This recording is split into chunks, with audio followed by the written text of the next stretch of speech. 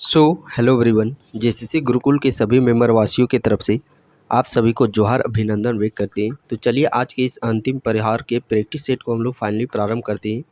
पहला प्रश्न, झारखंड का राजकीय पशु कौन सा है?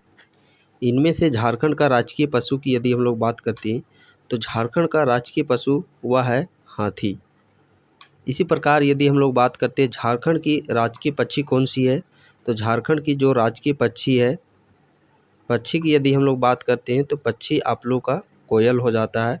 वहीं राजकीय वृक्ष की यदि हम लोग बात करते हैं तो झारखंड का जो राजकीय वृक्ष हो जाता है वो साल यानी कि सखुआ। और इसी साल सखुए वृक्ष का महत्व हो जाता है सरहुल पर्व में। सरहुल पर्व बेसिकली फूलों का त्यौहार के नाम से जाना जाता है, जिसमें सखुआ वृक्ष के फूल की पूजा की जाती है।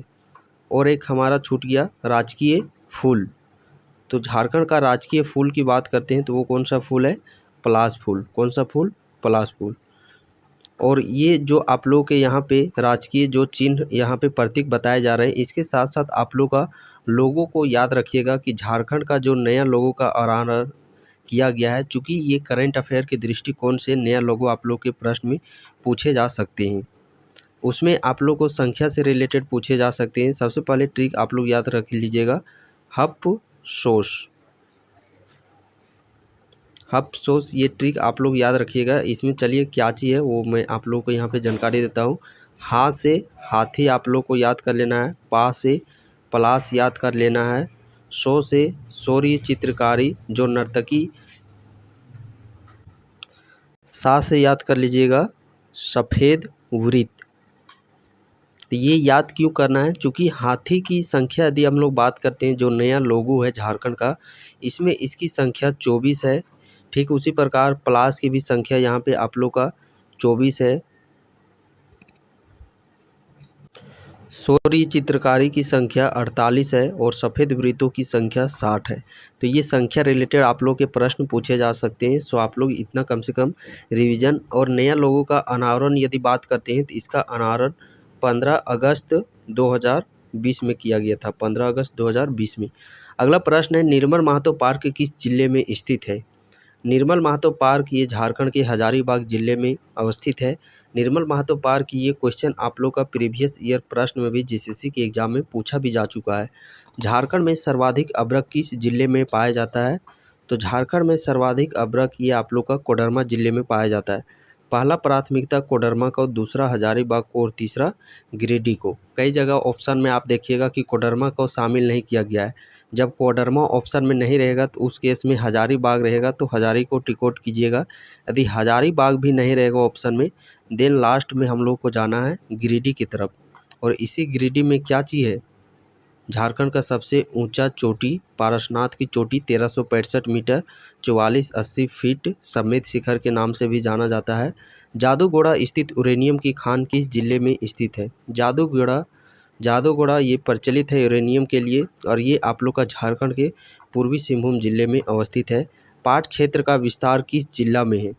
पाट क्षेत्र की यदि हम लोग बात करते हैं, जिसकी औसत ऊंचाई 150 से 300 मीटर इसकी औसत ऊंचाई है पाट क्षेत्र की।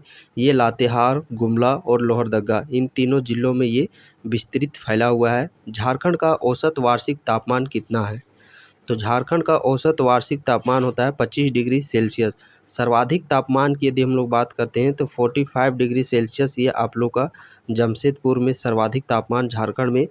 यहाँ पे चलिए हम लोग वर्षा से रिलेटेड बात कर लेते हैं। यदि प्रश्न पूछेगा जो औसत वर्षा है उसका क्या होता है, अंतराल क्या होता है, तो वर्षा अंतराल झारखंड का पूछा जाएगा अंतराल, तो 100 से 200 सेंटीमीटर प्रश्न में का सही आंसर हो जाएगा। बट औसत वर्षा पूछा जाएगा तो औसत वर्षा में 140 सेंटीमीटर हो जाएगा। सर्वाधिक वर्षा की बात करते हैं तो 180 सेंटीमीटर सर्वाधिक वर्षा, जो कि आप लोग का नेतरहाट क्षेत्र में सर्वाधिक वर्षा होती है। सबसे कम वर्षा यदि हम लोग बात करते हैं तो चाईबासा वाला मैदान का इलाका, जो कि सबसे न्यूनतम वर्षा होती है। वहीं पे यदि हम लोग बात करते हैं सर्वाधिक वर्षा वाला ज़िला, तो सर्वाधिक वर्षा वाला ज़िला आप लोग का हजारीबाग ज़िला। अगला प्रश्न है, झारखंड की किस नदी को देव नदी के नाम से भी जाना जाता है? तो झारखंड की किस नदी को देव नदी के नाम से जाना जाता है? दामोदर नदी को। देखिए, झारखंड की सर्वाधिक प्रदूषित नदी, झारखंड की सबसे बड़ी नदी, झारखंड की सबसे लंबी नदी, इन सभी उपनामों से जाना जाता है दामोदर नदी को। और ओवरऑल दामोदर नदी का यदि हम लोग लंबाई बात करते हैं तो 592 किलोमीटर, बट झारखंड में बात करते हैं तो 290 किलोमीटर झारखंड में इसकी लंबाई है। अगला प्रश्न है, झारखंड में लोकसभा की सीटों की कुल संख्या कितनी है? तो झारखंड में लोकसभा सीटों की कुल संख्या, चूँकि लोकसभा का अभी हाल ही में आप लोग का चुनाव भी हुआ है, तो इससे रिलेटेड प्रश्न पूछे जा सकते हैं, मे बी ये पॉसिबिलिटी बनता है।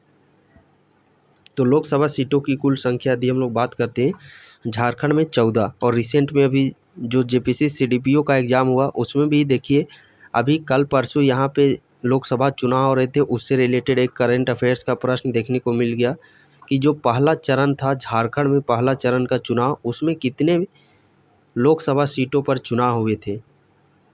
तो झारखंड में लोकसभा सीटों की कुल संख्या बात करते हैं 14। इसमें भी एक सीट आप लोग का एससी के लिए रिजर्व रहता है और 5 सीट है जो कि आप लोग का एसटी के लिए रिजर्व रहता है, और जो बाकी बच गया आप लोग का, वो आप लोग के उसमें आप लोग के जनरल जो भी ओबीसी ये सब सारे आ जाते हैं। बट हाँ, लेकिन जो एससी और एसटी का रिजर्व है उसकी सीटों की संख्या हो सके तो आप लोग याद कर लीजिएगा। राज्यसभा में कुल सीटों की संख्या झारखंड में बात करते हैं तो 6। वहीं पे यदि हम लोग बात करते हैं विधानसभा सीटों की संख्या झारखंड में, तो इसकी संख्या कितनी है? 81, जिसमें कि 9 और 28। 9 आप लोग का एससी कैटेगरी के लिए रिजर्व है और 28 आप लोग का एसटी कैटेगरी के लिए रिजर्व है। तो इस प्रकार यहाँ पे बाकी जो बच गया 44, वो आपके जनरल ओबीसी के लिए हो गया। अगले प्रश्न की ओर हम लोग बढ़ते हैं। अगला प्रश्न है, बैद्यनाथ मंदिर कहाँ स्थित है? बैद्यनाथ मंदिर कहाँ पे अवस्थित है? बैद्यनाथ मंदिर ये हमारा देवघर में अवस्थित है। इस मंदिर की यदि हम लोग बात करते हैं तो यह आप लोग का अंतिम संस्कार के लिए भी प्रचलित है, जो कि यह 12 ज्योतिर्लिंगों में से एक है और 51 शक्तिपीठों में से एक गिना जाता है बैद्यनाथ मंदिर को। प्रकाश की गति मीटर में है, प्रकाश की गति, तो प्रकाश की गति कितना होता है? 3 × 10⁸ मीटर पर second. BrahMos supersonic cruise missile का निर्माण हुआ था। तो इस ब्रह्मोस सुपरसोनिक क्रूज मिसाइल का निर्माण भारत और रूस के दोनों के सहायता द्वारा इसका किया गया है। अगले प्रश्न की ओर हम लोग बढ़ते हैं, जो कि अगला प्रश्न हमारा, एटम में न्यूट्रॉन की खोज किसने की थी? तो एटम में न्यूट्रॉन की खोज चैडविक के द्वारा। यहाँ पे देख लीजिए, याद कर लीजिएगा, इलेक्ट्रॉन, प्रोटॉन और न्यूट्रॉन। इलेक्ट्रॉन की खोज है वो जे थॉमसन के द्वारा, और गोल्डस्टीन के द्वारा प्रोटॉन का खोज और न्यूट्रॉन का खोज चैडविक के द्वारा किया गया है। अगला प्रश्न है, भारी जल का रासायनिक फार्मूला क्या होता है? भारी जल का रासायनिक फार्मूला, तो भारी जल का जो रासायनिक फार्मूला होता है वह हो जाता है D2O, और इसका खोज किया था यूरे के द्वारा। इसकी खोज यूरे के द्वारा की गई थी, D2O डिटूरियम ऑक्साइड। अगला प्रश्न है, दूरदृष्टि से पीड़ित व्यक्ति को कठिनाई होती है। दूरदृष्टि से पीड़ित व्यक्ति को किसमें कठिनाई होती है? तो दूरदृष्टि से ग्रसित होता है, दूर वाला तो दिखाई देता है बट पास की वस्तु को देखने में उनकी कठिनाई होती है। और इसी के जस्ट अपोजिट निकट दृष्टि दोष, निकट वाला तो दिखाई देता है बट दूर की दृष्टि को देखने में कठिनाई होती है। अगला प्रश्न है, रुधिर के प्लाज्मा में निम्नलिखित में से किसके द्वारा एंटीबॉडी निर्मित होता है? तो एंटीबॉडी निर्मित जो मानव शरीर में वो WBC के द्वारा होता है, और WBC का ही दूसरा नाम क्या होता है? लिम्फोसाइट। अगला प्रश्न है, मई 1998 में पोखरण में भारत ने 5 परमाणु परीक्षण किए थे। पोखरण किस राज्य में है? पोखरण यदि हम लोग बात करते हैं तो पोखरण ये आप लोग का किस राज्य में है? राजस्थान में। पोखरण किस राज्य में है? राजस्थान में। अगला प्रश्न है, भारत के किस वैज्ञानिक को सर्वप्रथम भौतिक के क्षेत्र में नोबेल पुरस्कार दिया गया? भारत के किस वैज्ञानिक को सर्वप्रथम भौतिक में नोबेल पुरस्कार दिया गया था? तो वो थे CV रमन को। किनको दिया गया था? CV रमन को। अगला प्रश्न है, निम्न में से किसमें सर्वाधिक विटामिन C प्राप्त होता है? विटामिन C, तो विटामिन C जिसकी कमी से स्कर्वी रोग होता है, और विटामिन सी सर्वाधिक आप लोग का संतरा में पाया जाता है। अगला प्रश्न है, प्रसिद्ध एथलीट मिल्खा सिंह को किस उपनाम से जाना जाता है? मिल्खा सिंह, तो मिल्खा सिंह को किस उपनाम से जाना जाता है? द फ्लाइंग सिख के उपनाम से जाना जाता है। अगला प्रश्न है, भारत में आयोजित 18वें G20 शिखर सम्मेलन की थीम क्या था? तो 18वें G20 शिखर सम्मेलन का जो थीम था वो था वासुदेव कुटुंब। ये करंट अफेयर के दृष्टिकोण से प्रश्न पूछे जा सकते हैं। सरकारिया आयोग संबंधित है, तो सरकारिया आयोग किससे संबंधित है? सरकारिया आयोग केंद्र राज्य संबंधों से संबंधित रखता है। भारत की राष्ट्रीय आय की गणना होती है, तो भारत की जो राष्ट्रीय आय की गणना है वो केंद्रीय सांख्यिकी संगठन के द्वारा किया जाता है। राष्ट्रपति पर महाभियोग का आरोप संसद के किस सदन द्वारा लगाया जा सकता है? तो महाभियोग यदि हम लोग बात करते हैं तो ये संसद के किसी भी सदन के द्वारा लगाया जाता है। 10वीं पंचवर्षीय योजना की अवधि थी। 10वीं पंचवर्षीय योजना की अवधि कितनी थी? तो 10वीं पंचवर्षीय योजना यदि हम लोग बात करते हैं, ये योजना आप लोग का 2002 से 2007 के बीच। यहाँ पे एक बार चलिए हम लोग रिकॉल कर लेते हैं, क्योंकि पंचवर्षीय योजना से तय है प्रश्न आप लोग का पूछा ही जाएगा। तो इन पंचवर्षीय योजना का कार्यकाल आप लोग को याद कर लेना है। पहला पंचवर्षीय योजना 1951 से 56, दूसरा 56 से 61, तीसरा 61 से 66। यहाँ पे आप लोग का 66 से 69 3 वर्षों का योजना अवकाश देखा गया था। उसके बाद अगला बात करते हैं चौथा पंचवर्षीय योजना 69 से 74, फिर 74 से 79, 1 वर्ष का यहाँ पे फिर से योजना का अवकाश 5। उसके बाद छठा पंचवर्षीय योजना 80 85, सातवां 85 90, फिर पुनः यहाँ पे 2 वर्षों का योजना अवकाश। 8वां पंचवर्षीय योजना 92 से 97, फिर 97 से 2002, फिर 2002 से 7, फिर 2007 से 12, फिर 2012 से 2012 से फिर यहाँ पे 2017 तक ये आप लोग का 12वां पंचवर्षीय योजना का कार्यकाल। अगले प्रश्न की ओर बढ़ते हैं। भारत के संविधान में सम्मिलित समवर्ती सूची किस देश की देन है? तो समवर्ती सूची ये ऑस्ट्रेलिया से लिया गया है।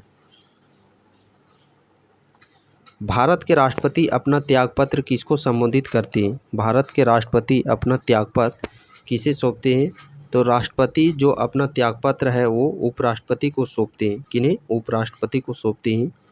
वुलर झील किस राज्य में स्थित है? वुलर झील, तो वुलर झील ये आप लोग का जम्मू कश्मीर राज्य में अवस्थित है।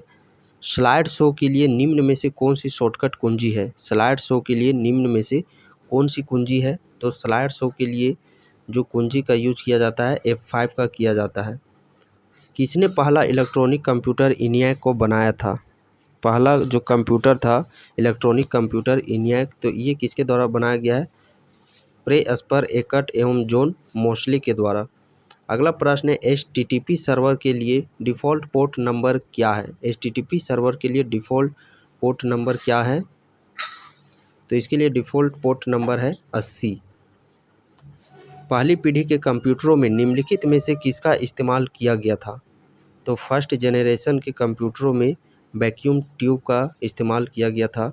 CRT का पूरा नाम क्या है? CRT का फुल फॉर्म की बात करते हैं तो कैथोड रे ट्यूब। निम्न में से किस कीबोर्ड शॉर्टकट का उपयोग MS वर्ड में रीडू ऑपरेशन करने के लिए किया जाता है? तो CTR+Y का